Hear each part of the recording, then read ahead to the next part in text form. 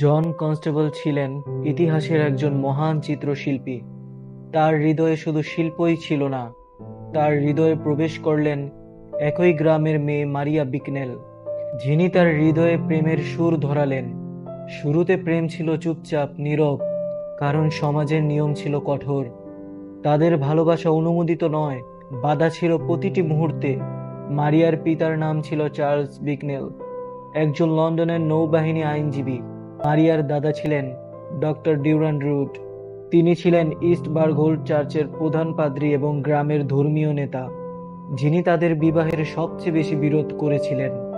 জন তখনও শুধুই এক সাধারণ শিল্পী, তবু জন থেমে থাকেননি। প্রতিটি চিঠি, প্রতিটি ফুল, প্রতিটি চোখের যোগাযোগ তার ভালোবাসার প্রমাণ ছিল। সে আঁকছিলেন ক্যানভাসে নদী, মাঠ, ঘাস, ঘন গাছ, সবকিছু যেন মারিয়ার সৌন্দর্য ও কোমল হাসির প্রতিফলন। 1816 সালে জন কনস্টেবল এসেক্সের উইভেনো পার্কে পৌঁছান। এই park major general Francis স্লেটার Ribo এর সম্পত্তি ছিল। স্লেটার রিবো ছিলেন জনের বাবার পরিচিত, তাই কনস্টেবল পার্কে ছবি আঁকার অনুমতি পান। তিনি এঁকে ফেললেন তার বিখ্যাত অয়েল পেইন্টিং উইভেনো পার্ক এসেক্স, যাতে দেখানো হয়েছে খোলা মাঠ, কিছু গাছ ও ঝোপ, মাঝে ছোট জলাশয়, দূরে স্লেটার রিবো-এর স্থাপনা। আকাশ হালকা মেঘলা, সবকিছু নরম আলোতে শান্তিপূর্ণ গ্রামীণ পরিবেশ তৈরি করেছে। তারপর এই চিত্রকর্মটি অর্ডার করেছিলেন স্লেটার রিবো। সেই সময় জন কনস্টেবলের এই চিত্র থেকে কিছু আয় প্রয়োজন ছিল।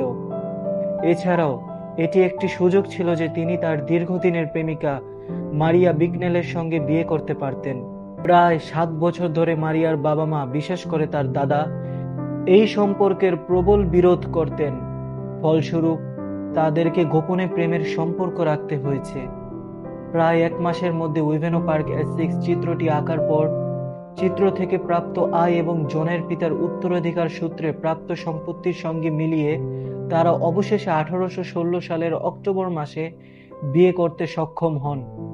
কিন্তু মারিয়া তার সম্পত্তির উত্তরাধিকার থেকে বাদ পড়েছিলেন এবং উভয় পরিবারের কেউ বিয়েতে উপস্থিত হননি। বিবাহের সময় জনের বয়স ছিল প্রায় 40 বছর এবং মারিয়ার বয়স ছিল 28 বছর। এই বিবাহ কেবল দুইটি মানুষের মিলন নয়, এটি ছিল প্রেমের জয়, ধৈর্যের জয় এবং শিল্পপ্রেমের এক চিরন্তর সাক্ষী। তাদের বিবাহের পর মারিয়া প্রায় 7টি সন্তান জন্ম দেন, কিন্তু সুখ স্থায়ী হয়নি। মারিয়া 1828 সালে ফুসফুসের টিউবারকিউলোসিস রোগে মারা যান মাত্র 41 বছর বয়সে। তার মৃত্যু জনের হৃদয় ভেঙে দেয়। তারপরেও জন কনস্টেবল আঁকতে থেমে যায়নি। তার প্রতিটি চিত্রে মারিয়ার স্মৃতি বেঁচে থাকলো। তার শিল্পে প্রেম ও ব্যথা একসাথে মিলেমিশে অমর হয়ে রইল। জন কখনো আর মারিয়ার মতো আরেকটি ভালোবাসা পাননি।